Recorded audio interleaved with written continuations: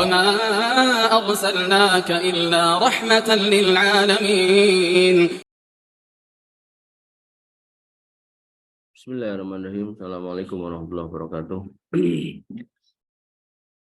Alhamdulillah wa syukrulillah wa la haula wa la quwata illa billah. Wassalatu wassalamu ala Rasulillah wa ala alihi wa sahbihi wa mawala.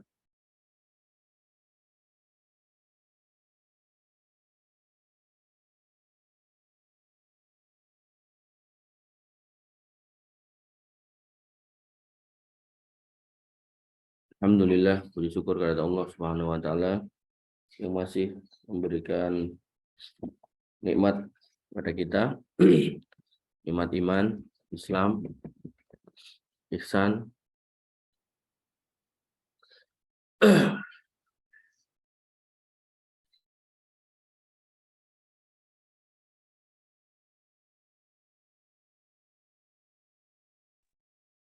sehingga kita masih bisa melanjutkan pertemuan kita untuk membahas kitab Adabul Mufrad.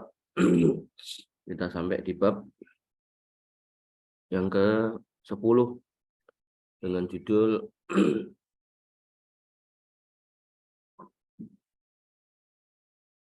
bab man adraka walidayhi walam yadkhul jannah, yaitu bab orang yang mendapati kedua orang tuanya masih hidup, tapi itu tidak bisa menjadikan sebab dia masuk surga.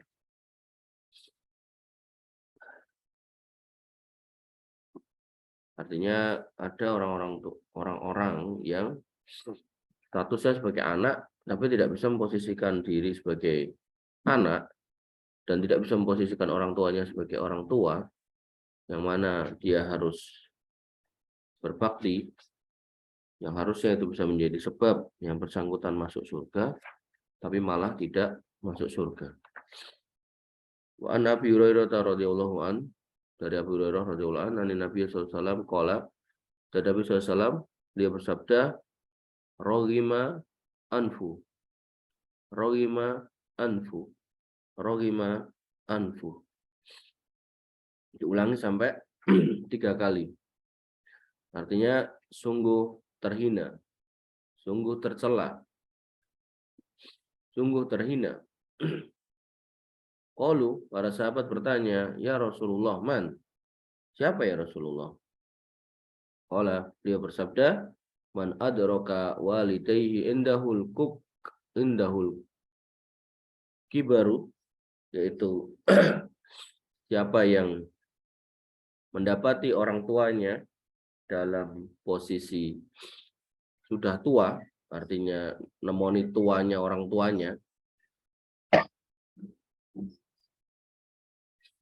au ahaduhuma, bisa dua-duanya, atau salah satunya, artinya tinggal bapak aja atau ibu aja, pada kholan nar, malah justru anak ini menjadi sebab masuk neraka.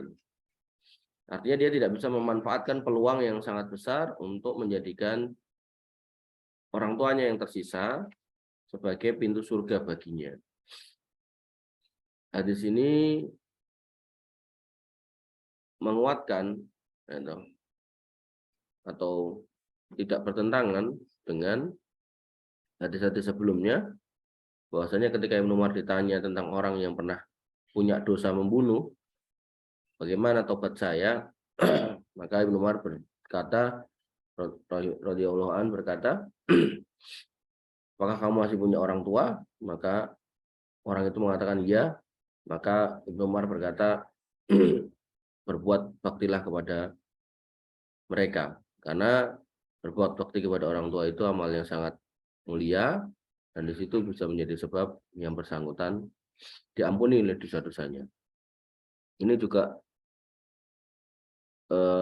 sama atau semakna dengan kisah Abu Hurairah yang sedemikian besar baktinya kepada orang tuanya, ya, sampai ketika masuk rumah atau mau pamit pergi ke tempat kerja atau ke mana safar, dia mengucapkan salam dengan salam yang nggak biasa gitu. Assalamualaikum ya ummatah, wahai ibuku. Kemudian ada lanjutannya yaitu semoga Allah merahmati engkau sebagaimana engkau membesarkan aku gitu.